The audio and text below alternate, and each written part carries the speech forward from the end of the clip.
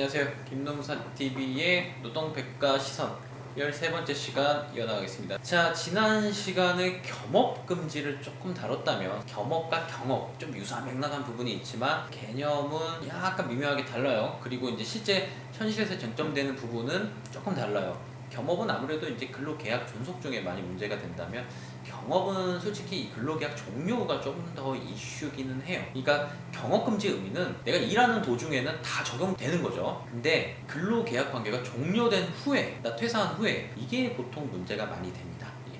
관련 사례를 통해서 어떤 사례인지 한번 설명해 주시죠. 저희가 상담했던 사례 두 가지 말씀드리면은 첫 번째로는 학원 강사분이었고요. 근로계약서를 보니까 퇴사한 이후에 학원 기준으로 해서 반경 몇 킬로미터 내에 있는 학원을 들어갈 수는 없다. 그리고 그 반경 내에서 학원업을 할 수는 없다. 라는 내용이 들어가 있었어요. 그래서 이 경업금지라는 것은 결국은 경쟁적인 업무를 하지 말라라는 건데, 말씀 주신 것처럼 지난번 영상에서 저희 봤었던 겸업과 달리 퇴사한 이후에 쟁점들이 좀 많이 발생을 합니다. 다음으로는 미용실에서 일하는 분이었는데요.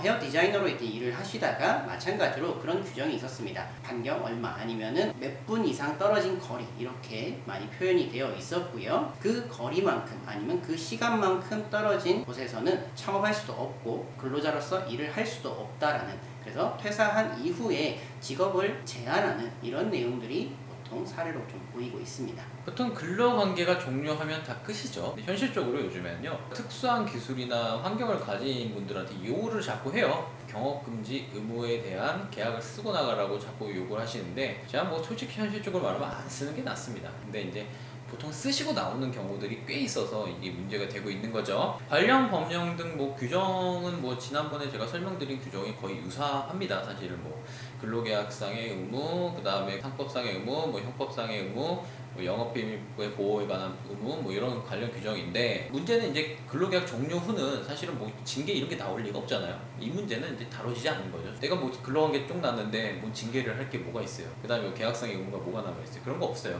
이제 남는 의무는 손해배상하고 형사처벌 문제가 이제 남게 되는 거죠. 우리가 좀 어떻게 좀 주의를 해야 될까? 좀 두 개로 나눠서 좀 구분을 할 수 있을 것 같아요. 먼저 여러분이 퇴사할 때 경업금지, 나는 반경 몇 미터 이상에서 동종 업무를 뭐 사업을 차리지 않겠다, 동종 직무에서 몇 년 이상 일하지 않겠다, 이런 식으로 약정을 맺고 퇴사하신 경우 이것을 어디까지 인정하고 어떻게 준수해야 되고 못하면 어떤 효과가 일어나는지 중요한 문제죠. 여기 대해서 무엇을 주의해야 되는지 설명해 주시면 됩니다. 일단 판단 기준을 얘기를 드리는 게 도움이 될 것 같습니다. 법원에서 현재 판단하고 있는 것은 두 가지를 좀 비교한다라고 보시면 될 것 같아요. 그러니까 퇴사를 했는데 근로자가 직업을 마음대로 선택을 못하게 된다면 이 헌법상 직업 선택의 자유가 침해가 됩니다. 그래서 이 침해되는 근로자의 불이익과 이 사용자가 말하는 영업 비밀이나 이런 것들이 얼마나 보호할 만한 가치가 있는가, 이 두 개를 판단을 해서 종합적으로 고려를 하는 것이고요. 실제로 뭐 너무 장기간 직업을 못 갖도록 한다고 한다면 보통 경력을 활용해서 다음 업종을 선택하고 직업을 선택을 하셔야 될 건데, 경력이 끊기게 되는 거잖아요. 그런 부분에 있어서 어느 정도 기간을 제한하는지도 보고요. 그리고 이 기간을 제한을 하는 대신 아까 말씀 주신 그런 합의서를 쓸 때 어느 정도의 금전적인 대가를 주는 경우가 있습니다. 뭐 1년치 연봉을 주면서 1년 동안은 이런 업무를 하지 마라, 이런 식으로 대가를 지불했는지 이런 것들을 보게 되는데요. 저희가 봤던 사례들 중에는 어떤 학원에서 1년 근무했는데 1년 학원 일을 못하도록 그렇게 규정을 한 적이 있었습니다. 그런 것들은 법원에서 당연히 무효라고 봤습니다. 그래서 이분이 설령 어떤 사인을 했다 하더라도 이것은 직업 선택의 자유를 너무 제한한다는 이유로 그 효력이 없다라고 법원에서 보았기 때문에 손해배상 청구는 인정이 되지 않았던 것이죠. 사용자가 주장하는 그 영업 비밀이나 보통 표현으로는 보호할 만한 가치 있는 그런 이익이 있는지 이런 것들을 보게 되는데요. 과연 그런 부분들이 실제로 존재하는지도 보고요. 이런 부분에 있어서 침해당한 부분들이 있거나 이런 부분들을 좀 종합적으로 현재는 고려를 하고 있습니다. 네, 좀 정리해드리면은 영업 비밀 보호에 관한 법률은 가처분할 때 좀 많이 쓰여요. 사실 이제 쓰이고, 지금 이제 계약 내용을 이제 좀 말씀을 해주신 건데, 계약 내용이 어쨌든 이제 헌법상 규정한 직업 선택의 자유를 굉장히 침해한다. 반사회적 계약이라 봐서 이제 보통 민법 103조에 의해서 무효라 본다. 뭐 이런 좀 프로세스를 가지고 흐르고 있어요. 뭐 예를 들어 뭐 3년 다른 데 취업 못한다.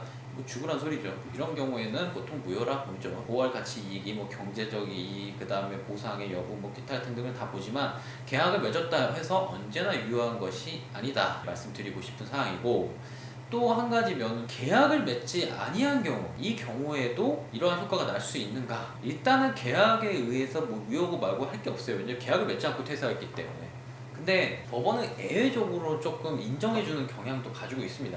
이때 활용되는 거는 취업 금지에 대한 가처분인데 굉장히 저는 좀 이례적이라고 생각은 해요. 이제 보통 이제 그 근거가 되는 것은 아까 말한 영업 기밀에 관한 법률, 그 부정경쟁 강림 영업 비밀 보호에 관한 그 법률에 의거해서 이제 간다는 것인데, 정말로 영업 기밀에 해당하는 내용을 그 사람의 취업을 막지 않고서는 보호하는 게 불가능하다 싶으면 이걸 근거로 해서 다른 데 회사에 취업하는 것을 막을 수 있다라는 사례가 있긴 있습니다. 근데 뭐 흔한 경우는 아니에요. 왜냐면은 단계가 더 높아요. 영업 기밀 보호에 관한 법률로 취업을 제한하는 거는 제일 하이 레벨이에요. 그러니까 웬만하면 잘 인정 안 돼요. 이렇게 보시면 좋을 것 같고, 계약이 성립으로 인한 것이면 훨씬 여러분들이 심각하게 보셔야 된다는 얘기예요. 너무 걱정은 안 하셔도 돼요. 그러니까 그런 계약만 안 맺으셨다면, 계약을 맺어놓으니까 이게 보통 문제되는 거지, 그렇다는 것 정도는 조금 인식을 하고 좀 계셔야 됩니다.